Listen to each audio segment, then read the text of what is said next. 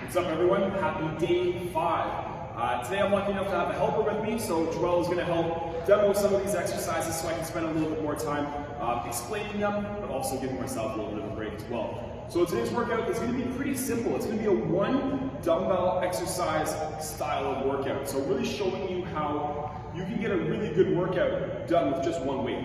And we're going to keep it pretty simple. So only 8 exercises, lots of volume for each exercise though.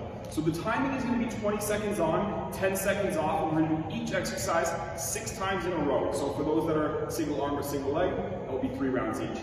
First one we're going to start off with here is a dumbbell snatch. So you're going to grab one dumbbell. We did this one on day 1 during that performance test. But this time we're not going to switch arms. We're going to go one arm at a time. We're going to hinge from the hips, bend the knee, keep that back nice and straight, and then open straight up. Notice that it's one smooth motion the whole time, not stopping at the shoulder and then pressing from there. You don't have to go all the way down to the ground, just enough to generate some speed. You'll keep switching arms, so you'll end up doing 3 per side, 6 total sets. After that, we're going to do a bent over row. So for the bent over row, there's really 2 ways you can do this. You can do this either like a 3-point stance row, so you have your feet together, just like that, hinging from the hips, and then you're going to pull back. Now this type of variation is going to require a little bit more stability from your core and from the hamstrings. You also have to be a little bit more confident with your hip hinge. If you're not comfortable with that, what you can do is you can actually stagger your stance. So 1 foot forward, 1 foot back. That way it's going to allow you to kind of rest your elbow on your knee, keeping your back straight. This variation is good if you either struggle with the hip hinge and you feel these rows in your lower back, which you don't want, or if you just have a super heavy weight. You can't do that heavy weight in a 3-point stance, then you would go with the staggered stance. So just like with the dumbbell snatch, you're going to alternate arms each time for 6 total sets, so 3 rounds each. After that, we're going to get into more of an explosive exercise here. So this one's called the hot potato. You're going to rest one dumbbell on your shoulder, and you're just going to dip from your knees and pass that weight side to side. So it's not a full toss, it's just a very subtle pass side to side. See how she keeps that weight in front of her the whole time? It's smooth, you got to find that rhythm.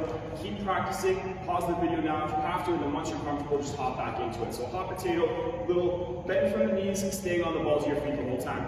Suitcase lunge. Suitcase lunge just means you're holding one dumbbell down by your side. You can do this one in a static position, so both feet are just anchored into the ground, dropping that back knee and then driving up. Or you can do a front or reverse lunge, totally up to you. Suitcase just means that you have that dumbbell down by your side. So you choose the variation. By having one dumbbell down by your side like that, you're activating a little bit more of those deep core stability muscles. So switch arms each side. Any lunge variation is fine, just try to be consistent with it.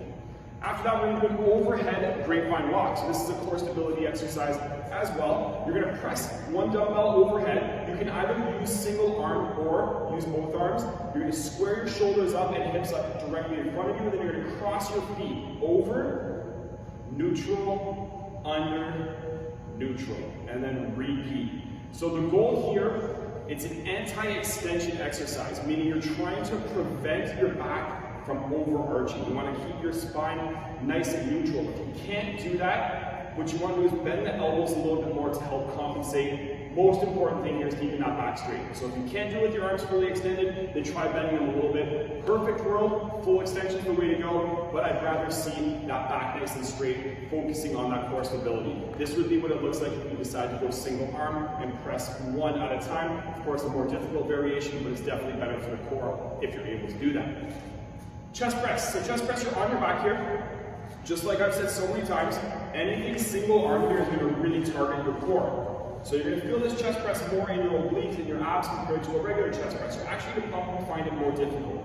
Elbow on the ground, breathe out as you press up, just like we did day 1 performance test, except we're using 1 dumbbell instead of 2. So if you're using that same weight, chances are you might actually find this one tougher than using 2 weights, even though it's literally half the weight. Just because of the added core stability being involved here, make sure your feet are grounded, you have a slight arch in the back.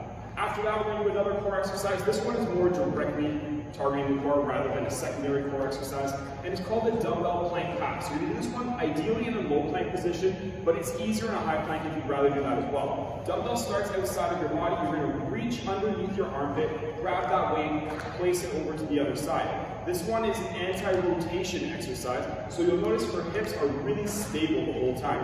What you want to make sure you're not doing is stacking those hips and moving your body too much. If you can't do that on your toes, you can drop down to your knees, but before doing that, try it in a high plank first, which is an easier variation.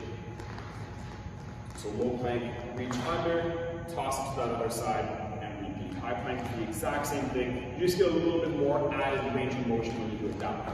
And then the final exercise here is a Russian twist. So Russian twist, you can use a weight, you can also go body weight. You don't want to go super heavy with the dumbbell here, especially if you're not comfortable with it. But you want to start, if you're able to, with your elevated feet, chest up, shoulders down, and then you're going to rotate side to side. What we really like to see with the Russian twist is not just moving the hands side to side, but the entire torso, moving with the weight. So it's like you're leading and initiating the movement from the hips, the shoulders and hips follow, and then the weights follow, rather than leading with the weights and everything else follow. Okay, so think about really engaging those obliques, the core. If you can't do that with your feet up, you can also go feet down. You can use body weight, so no equipment at all. Find that perfect range of motion for you. This is a good rotation exercise. So we talked about anti-rotation, this is rotation. So it's good to have both in your tool belt. All right, so those are the 8 exercises we have for today. Relatively simple, but lots of volume here. So 20 seconds on, 10 seconds off. We're going to do each of these 6 times. We're going to start with that dumbbell snatch. We'll start about 30 seconds or so. So get ready.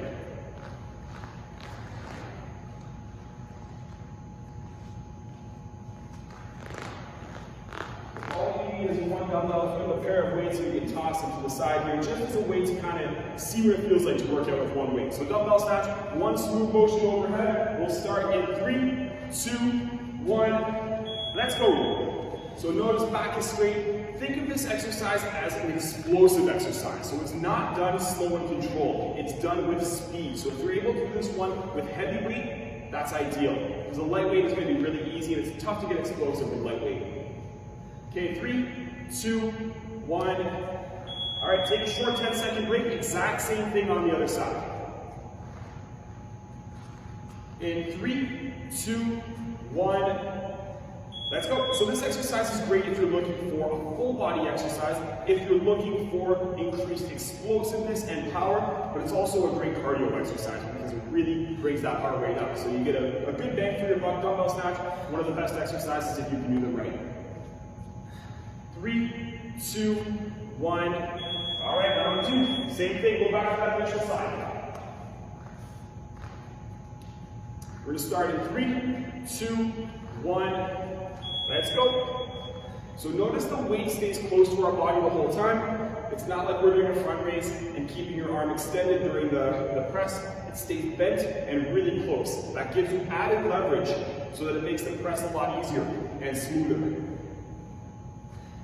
3, 2, 1. All right, switch sides. Like I said, 6 in a row, so we're going to be doing this one for a while. Okay, 3, 2, 1. Go. But probably the most important thing for this exercise, is just keeping that back straight. So I don't want you to focus so much on going too low that you end up rounding the back. Making sure that you have a neutral spine is key. 3, 2, 1. 4 down, 2 to go. So back to that initial side again. Okay, 3, 2, 1. Let's go. One smooth motion. Feet about shoulder width apart. You don't want them too wide, but you do want them wide enough so you can actually get that weight between. Almost there, guys. Let's go right to the end. 3, 2, 1. So one more set here on that other side, then we'll take a break and move on to rows. In 3, 2, 1. Let's go. So hinge and press. Weight is nice and close. You can drive up using your legs. That's why it's a full body exercise, not just upper body, but you are using your legs to drive up. 3, 2, 1, and break. All right, we're going to take 30 seconds. Same thing, except this time we're going to do the rows. You can either do those 3-point stance rows to make it more challenging, or stagger the stance if you want to make it a little bit easier. The rows are a great exercise. Just make sure you're not feeling this one in the lower back. If you're feeling it in the lower back, chances are your hip hinge is struggling. You're probably in this position, even if you can't see it. So I would suggest putting into that staggered position. Okay, 3, 2, 1. Let's go. So this is the staggered position that I was talking about really good way to do a row in a relatively safe position, because just getting into the position alone naturally keeps your back straight. You have your elbows to rest on your legs, so your core isn't activated as much as the other way. 3, 2, 1. All right, same thing on the side. Breathing out as you pull, breathe in on the way down. 3, 2, 1. So you're going to hear me talk a lot about how important rows are, especially when it comes to posture, just because as a society we're so dominant in the front part of our body, this causes problems with our posture, our shoulders, and our lower back. So we need to do more pulling exercises, more exercises just like this. So that's why you're going to see so many rows. 3, 2, 1. Okay, round 2, same thing, switch sides. So remember, you choose which variation you want to do, whether it's the 3-point stance or the stay. 3, 2, 1. Let's go. So right now, Joel's demoing the 3-point stance row, which is the tougher of the two, whereas I'm demoing the staggered stance row. A little bit easier, a little more safe and comfortable for those who haven't been working out for a while or just haven't mastered that hip hinge yet. 3, 2, 1. Remember to watch that breathing too. So breathe out, breathe in. 3, 2, 1. Let's go. I think I mentioned this before as well, but you really want to pull that elbow back towards the wall behind you. It's not like you're bringing your elbow up to the ceiling. You're keeping your shoulder down. You're pulling back, not up. Pulling up just ends up working more traps. Probably feel the neck the next day, which you don't want. 3, 2, 1. Break. Okay, round 3. One more of each, and then we have the hot potato coming up next. We'll turn it up a notch after this. 3, 2, 1. Let's go, single arm rows. You can also switch up the grip, so you don't have to do a neutral grip like we are. It just tends to be the most comfortable and easiest grip. But if you go palms back, you're going to end up getting one of those small upper back muscles. If you go palms forward, you get a little more bicep. 3, 2, 1. One more set. And we'll take a break and move on to the next one. Okay, 3, 2, 1. Let's go. Make sure your back is straight. If you are doing a 3-point stance like this, the weight should be on your heels, hamstrings should be lit up, chest is up, back is straight, shoulders are down and back in that locked and loaded position. Almost there. 3, 2, 1, and break. So take 30 seconds. Hot potatoes up next.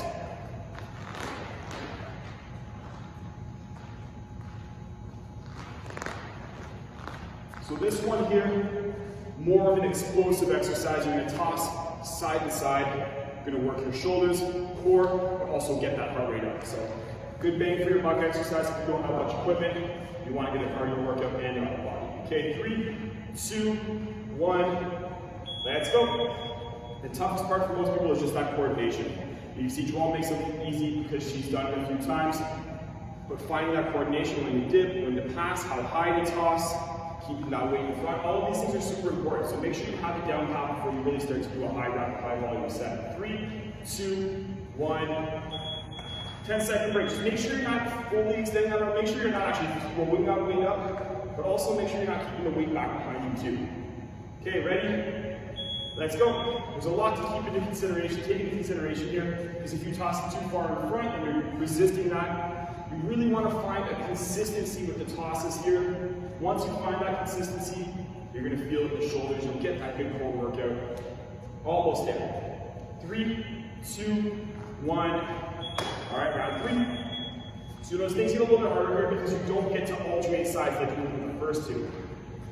3, 2, 1. Let's go. So dip and toss. I like to keep a cue of having the back part of the dumbbell touch my shoulder just so I know, 1, range of motion is good, and 2, I'm landing in the correct spot each time. So it's good to have these baselines that you can use. 2, 1, 3 down, 3 to go. The good thing with this workout is the sets creep up. Starts out easy, gets harder and harder. 2, 1, let's go. Especially if it takes you a set or two to really get into an exercise, the ability to have multiple sets allows you to kind of get the hang of it, get that mind muscle connection down pat, and get better at your leg sets. 3, 2, 1. 2 more sets here. All right, in 3, 2, 1, let's go.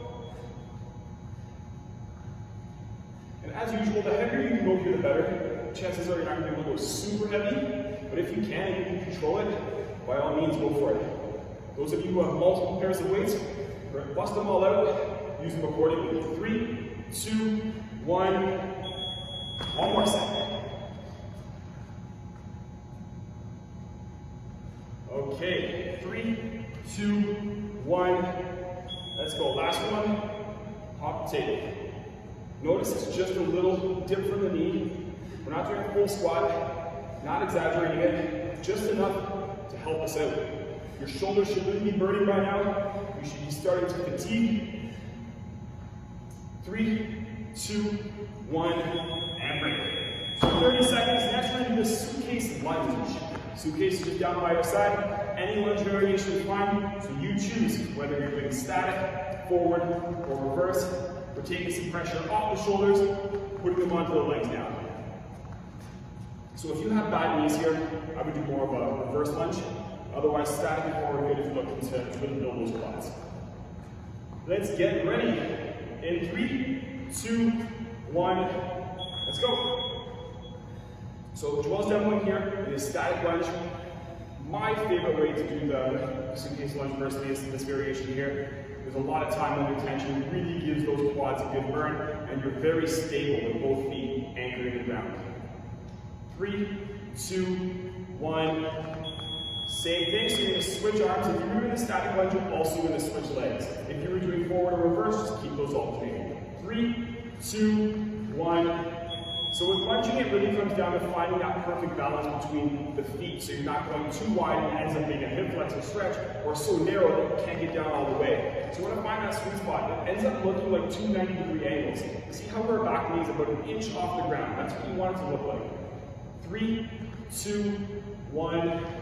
Good. Same thing, we'll go back to stage number 1. Switch arms, switch legs. 3, 2, 1. And it doesn't really matter which arm you're holding the weight relative to your leg. We just find it a little bit more comfortable to have it right in front of that back leg. If you want to do it next to the front leg, that's totally fine as well. There's no right or wrong here. As long as the lunge looks good, your torso is nice and upright. 3, 2, 1. Switch sides. 3 down, 3 to go. Okay, 3, 2, 1. Let's go. Drop and drive. So front foot should always be flat on the ground. If you're looking for more quad activation, you can kind of lean that knee forward a bit more and drive it more from the balls of your feet. But if you want more hips or overall general lunge, just keep that foot evenly distributed. 2, 1. One more round here. One more push. Okay, 3, 2, 1. And like I said, lunges are one of those exercises you can definitely manipulate which body part you want to work more, but it's always going to be primarily a quad exercise, even when you try to emphasize the glutes. So keep that in mind. If you want to emphasize the glutes, just kind of lean that torso forward without rounding the back. 3, 2, 1. Last second. Also more of a dig in from the heel to help with the hips. 3, 2, 1. Last set. Let's go. Drop down, drive up. Legs should be getting a little tired now, especially if you're not familiar or comfortable doing lunges all the time like we are. Then these lunges can definitely torch your quads. 3, 2, 1, and break. So take 30 seconds. Next, we'll do that overhead grapevine walk. So with one arm or 2 arms, you're just going to press overhead, walk over, neutral, under, neutral, all while keeping your shoulders and hips square in front, no extension from that low back. So this one looks like more of an upper body exercise, but it's more of a core stability exercise. So keep that in mind.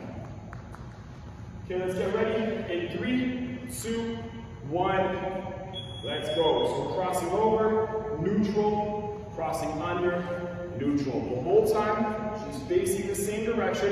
There's no rotation going on. There's no overarching in that back. If the back starts to overarch, just drop that arm a little bit lower.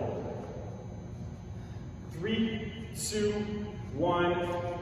Good. So if you did single arm like that, you're going to switch sides now. If you held it with both, keep doing what you're doing.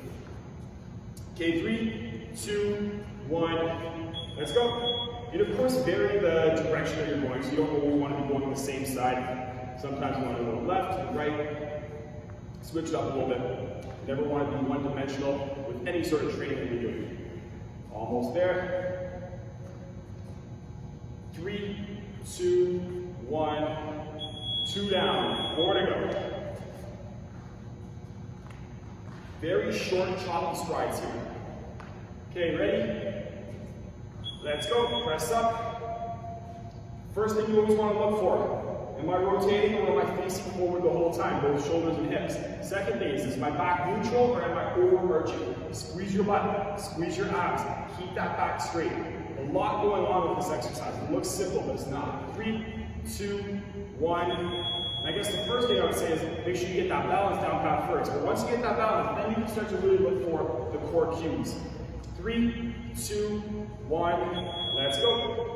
So crossing over. Notice that those steps are very short. You don't want to exaggerate these steps. The longer stride you take, the more likely you are to open up from the hips and rotate, which kind of defeats the purpose of this exercise. So really focus on engaging the core and focus on which muscles should be working here. 3, 2, 1. Good. 4 down. 2 to go. One more of each if you're going single. Okay, 3, 2, 1. Let's go. Crossing. And you'll notice with today's workout, a lot less cardio than the past few. So we're really focusing on core stability. Some exercises just that are more meat and potato exercises, but giving them a lot of volume. So I really want you to focus on technique here. 3, 2, 1. One more set. And that's the thing with intensity. You don't always want to chase intensity. It's good to have a couple cardio workouts in there, but not every single time. Okay, ready? Let's go. Workouts where you can really slow things down, focus on form, technique, get added volume. That's where you build the foundations. If you don't have a strong foundation, all you're doing is core and hit. It's just a matter of time before you get hurt. So these kind of workouts are really important as well. Last set here, guys. Finish off strong. 3, 2, 1, and done. All right, let's take a 30-second break. Chest press is next. We're going to go single arm chest press.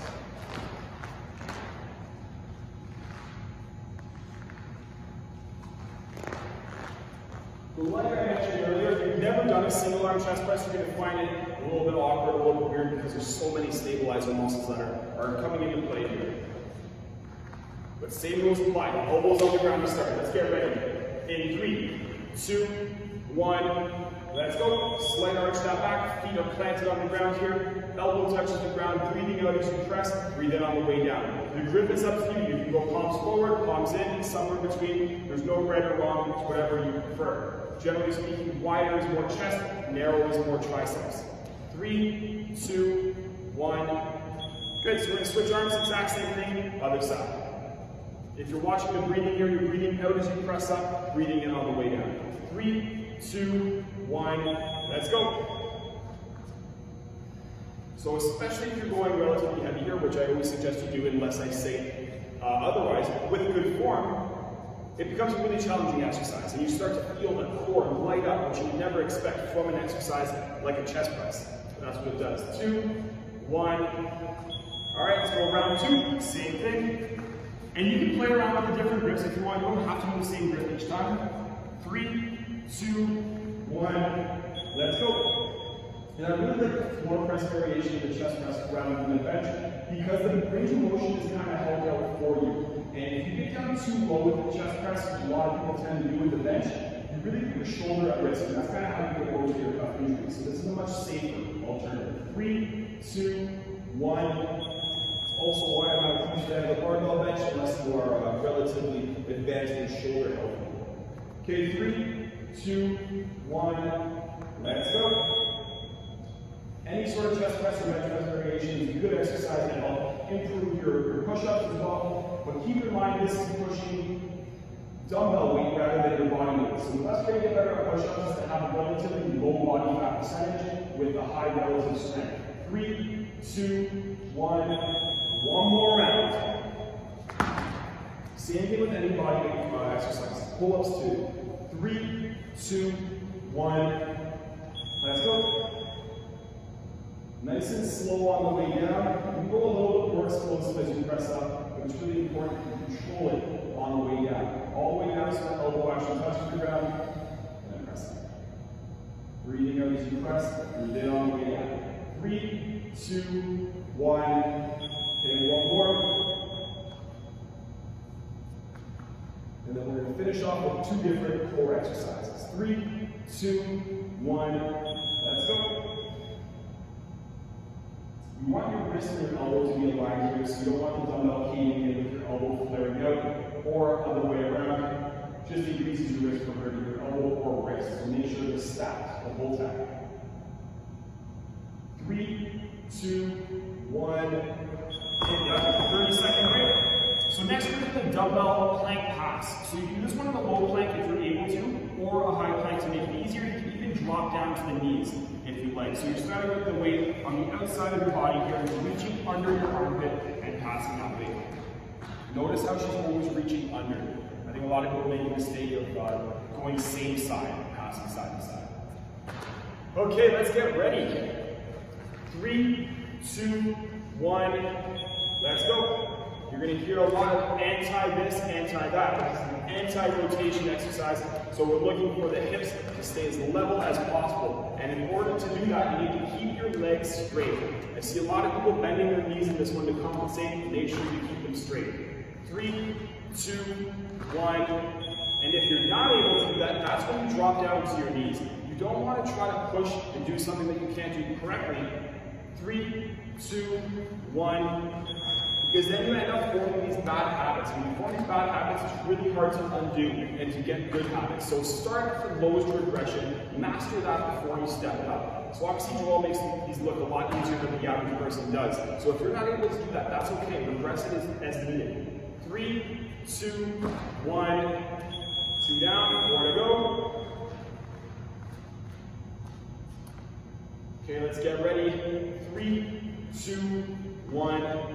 Let's go. And a lot of these core exercises that we're going to do aren't going to give you that same type of burning feeling that you get from doing a million crunches, because those crunches are just targeting a very small part of your core, which are your abs. The core is actually a much broader spectrum. Any muscle that supports the spine. You don't get that burn all the time. 3, 2, 1.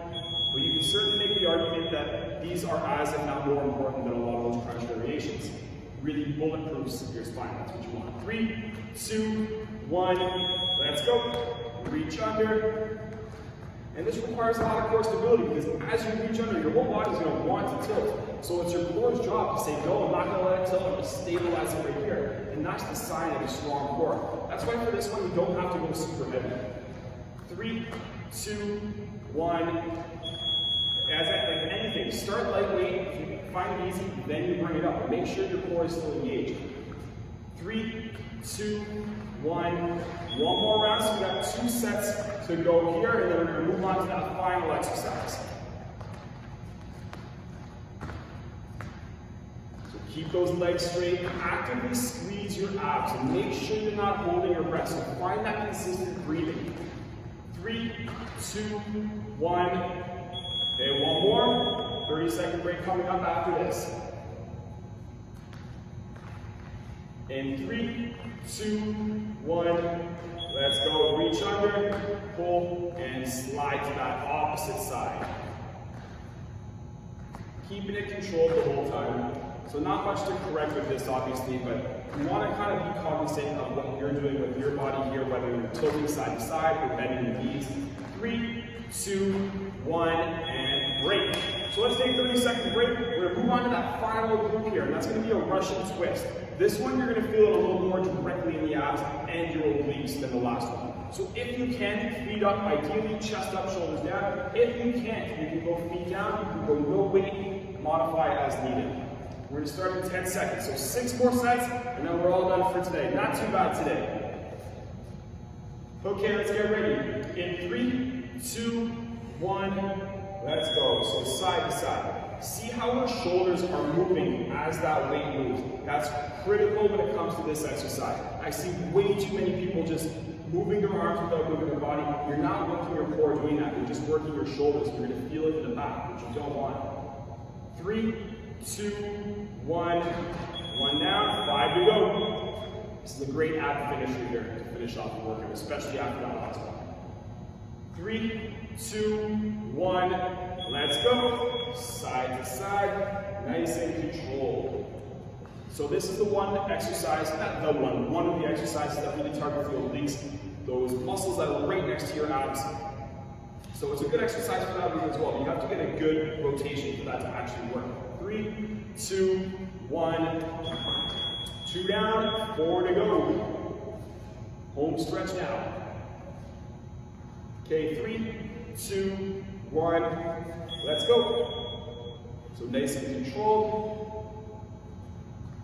So Joel does a great job here of not really moving the feet too much, which really tells me that Chip is strong core. A little bit of feet movement's okay, but try to prevent it as much as possible. It's gonna happen, but you want to minimize it. 3, 2, 1. 3 more sets. Make sure you're breathing the whole time, not holding your breath. Okay, 3, 2, 1. Let's go. Side to side. Really focus on that mind-muscle connection. So before you even move your torso, squeeze your abs, then move in. That's going to help it engage and contract and get that blood flowing to the area, which you definitely want during these ab exercises. 3, 2, 1. 2 more sets, and then we are all done. As usual, let me know how the workout went, guys. 3, 2, 1. Side to side. And then after this, you have the weekend off. If you do want to get an extra workout or 2 on the weekend, just let me know. We have a huge archive of workouts that we filmed over the summer. I'd be glad to send them over to you. Very similar to some of these. If you have any preferences as well, I can help you with that. 3, 2, 1. 1 more set, last set of the day. So let's finish off strong. Let's make the last set the best set. In 3, 2, 1. Let's go. Final 20 seconds, guys. Look at that great stability throughout the legs, but the great mobility throughout the upper body. That really does tell me that that's a strong core, being able to control all the necessary factors in an advanced exercise like this.